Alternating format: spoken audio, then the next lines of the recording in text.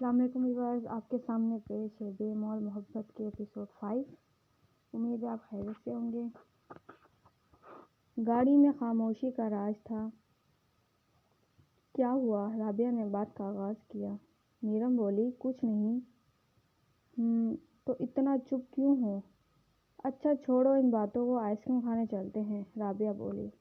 نہیں رابعہ، آج لیٹ ہو گئے، کل کا پلان بناتے ہیں، وہ مسکرا کر بولی۔ رابعہ نے اس کو مسکراتے دیکھ سکون کا سانس لیا۔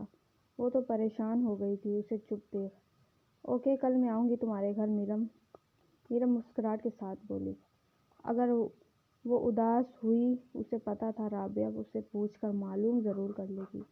ابھی وہ کوئی بھی بات چیت کرنے کے کنڈیشن میں نہیں تھی۔ گاڑی گیٹ کے سامنے رکی۔ نیرم اسے الوداع کہہ کر گھر آ گئی۔ اس نے لاؤنج میں قدم رکھا، ہر طرف خاموشی تھی۔ سر میں درد کی وجہ سے وہ پہلے کچن میں گئی، اپنے لیے چائے بنائی، پھر کمرے میں چلی گئی، کپڑے چینج کر کے کھڑکی میں آ گئی۔ ہاتھ میں چائے کا کپ لیے وہ سامنے دیکھنے لگی۔ وہ خوبصورت بنگلہ اپنی خوبصورتی آپ بیان کر رہا تھا۔ 5 سال پہلے یہ گھر تھا، اب یہ کسی محل سے کم نہیں۔ اس کے پیچھے بالاج کا ہاتھ تھا، پر اس محل میں رہنے کے خواب تو نیرم نے دیکھے تھے، جہاں اب وہ کسی اور کو جگہ دینے والا تھا۔ اس کے ہاتھ میں پکڑی ہوئی چائے ٹھنڈی ہو گئی۔ وہ کپ سائیڈ میں رکھے آج ہونے والے واقعے کے بارے میں سوچنے لگی۔ بالاج کا وہاں آنا، لوگوں سے ہنس کر باتیں کرنا، اس کے ساتھ کھڑی لڑکی کو دیکھ اس کے دل کو دکھ ہوا۔ میری زندگی میں اب ان کی کوئی جگہ نہیں۔ اگلے روز نیرم فریش ہو کر نیچے ناشتہ کرنے آئی، پر یہ دیکھ کر حیران رہ گئی۔ نازنین بیگم بھی ناشتے میں اس کا انتظار کر رہی تھی۔ وہ بولیں، آؤ جلدی سے کھانا کھاؤ، ٹھنڈا ہو گیا۔ اماں کب سے تیاری کر رہی ہے، تم نیچے اتنا لیٹ آئی ہو؟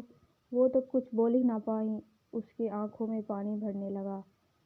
اماں نے جواب دیا، بیگم جی آج نیرم بی بی کا کام سے چھٹی تھا، اس لیے آج میں نے نہیں اٹھایا۔ بی بی نے رات مجھے بتایا تھا، رابعہ بیٹا بھی آنے والی ہے۔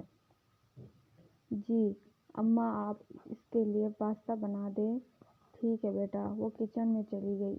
نیرم نے خاموشی سے ناشتہ کیا اور اٹھ کر جانے لگی۔ نیرم، پیچھے سے اس کی والدہ کی آواز آئی، جی ادھر آؤ۔ کچھ دیر کھڑی رہی، پھر ان کے سامنے پڑی چیئر پر بیٹھ گئی۔ میری بات سنو۔ جی بولیں۔ کل نمرا کی سگائی ہے، میں نہیں جا سکتی، کل میرا اپائنٹمنٹ ہے ڈاکٹر سے، وہ سب بالاج نے ارینج کیا ہے، اس لیے تم چلی جانا، میری طرف سے تحائف بھی دے آنا، باقی میں نے بھائی سے بات کر لی ہے۔ نمرا نیرم کی کزن تھی، ماموں کی بیٹی۔ نازنین بیگم کی ایک لوتے بھائی تھا احتشام خان، ان کی ایک بیٹی تھی نمرا اور ایک بیٹا تھا اویس۔ ان کا رویہ نیرم کے ساتھ اچھا تھا، لیکن ان کی بیوی رقیہ بیگم کا نہیں تھا۔ انہیں جیسے کوئی بیر تھا نیرم سے۔ ایک وجہ تو یہ تھی، ان کا اکلوتا سپوت نیرم سے محبت کرتا تھا، لیکن وہ نیرم کو ناپسند کرتی اور اپنی بھانجی کو بہو بنانا چاہتی تھی، مگر اس حادثے نے ان کا کام آسان کر دیا۔ نیرم پر لگے الزامات کی وجہ سے وہ اپنے شوہر اور بیٹے کا منہ بند کر سکی۔ نیرم نے کہا، ٹھیک ہے کہہ کر کمرے میں چلی گئی۔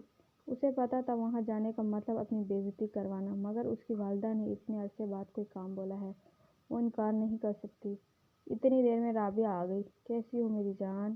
ٹھیک ہوں۔ اچھا یہ دیکھو میں کیا لائی ہوں، آئس کریم۔ آؤ اسے ختم کرتے ہیں۔ دونوں مل کر آئس کریم سے انصاف کرنے لگے۔ رابعہ ایک پریشانی ہو گئی ہے۔ کیا ہوا؟ کل نمرا کی سگائی ہے اور امی چاہتی ہے میں جاؤں، تو چلی جاؤ، پریشان کیوں ہو؟ تم جانتی ہو نا میں کیا چاہتی ہوں۔ اگر میرا مشورہ چاہیے تو میں یہی کہوں گی، تمہیں جانا چاہیے۔ کب تک ڈرو گے اور کس سے؟ جب کچھ غلط کیا ہی نہیں تو ڈرنا کیوں؟ کیا مسئلہ ہے جانے میں؟ ہمت کرو۔ اس نے نیرم کے ہاتھوں میں ہاتھ رکھا۔ اچھا پھر تم میرے ساتھ چلو گی؟ نیرم بولی، لو بھئی، ہر جگہ ساتھ لے جانا، سسرال میں بھی مجھے ساتھ لے جانا۔ نیرم نے اس کے بازو میں تھپڑ مارا۔ ظالم لڑکی، کتنی بے حس ہو، میرا بازو توڑ دیا۔ دونوں کھلکھلا کر ہنس دی۔ باہر لاؤنج میں بیٹھی نازنین بیگم کے ہونٹ بھی مسکرائے۔ اس حادثے اور ان کے سخت رویے کی وجہ سے ان کی بیٹی ہنسنا بھول گئی تھی۔ آخر سب جانتے تھے نیرم کتنی شرارتی تھی۔ वहीं दूसری जानिब शाम को बलाज अपनी कुर्सी में बरजमान था, अपने काम में मगन था। उसके ऑफिस का दरवाज़ा खुला और सेक्रेटरी अंदर आया। सर, आपने जो मालूमात मंगवाई थी वो आ चुकी है। अच्छा, यहाँ से कुछ पता चला उस शख्स के बारे में? नहीं सर, उस शख्स के बारे में नहीं पता चला, लेकिन इतना तो कंफर्म हो गया है कि उससे सारे हादसात के पीछे उसी एक शख्स का हाथ है। ठीक है, बहुत जल्द अब हमारे हाथ में होगा। अब एक बिजनेसमैन नहीं, एक फिलॉसफर बनकर सोचना होगा उसको अपने जाल में फंसाने के लिए। सर, अब आपको घर जाना चाहिए, टाइम हो गया है। मैं ड्राइवर को बोलूं वो गाड़ी तैयार रखे? हाँ बोलो, तैयार रखे, मैं जा रहा हूँ। और हाँ, उस पर नज़र रखना मत भूलना, मुझे पल पल की खबर चाहिए। जी सर। और उसे नहीं पता चलना चाहिए कल उनकी कंपनी को इवेंट में हमने जानबूझकर बुलाया था। बिल्कुल भी शक नहीं होना चाहिए, नज़र रखो बस। दूसरी तरफ मीरम के कमरे में हलचल मची हुई थी।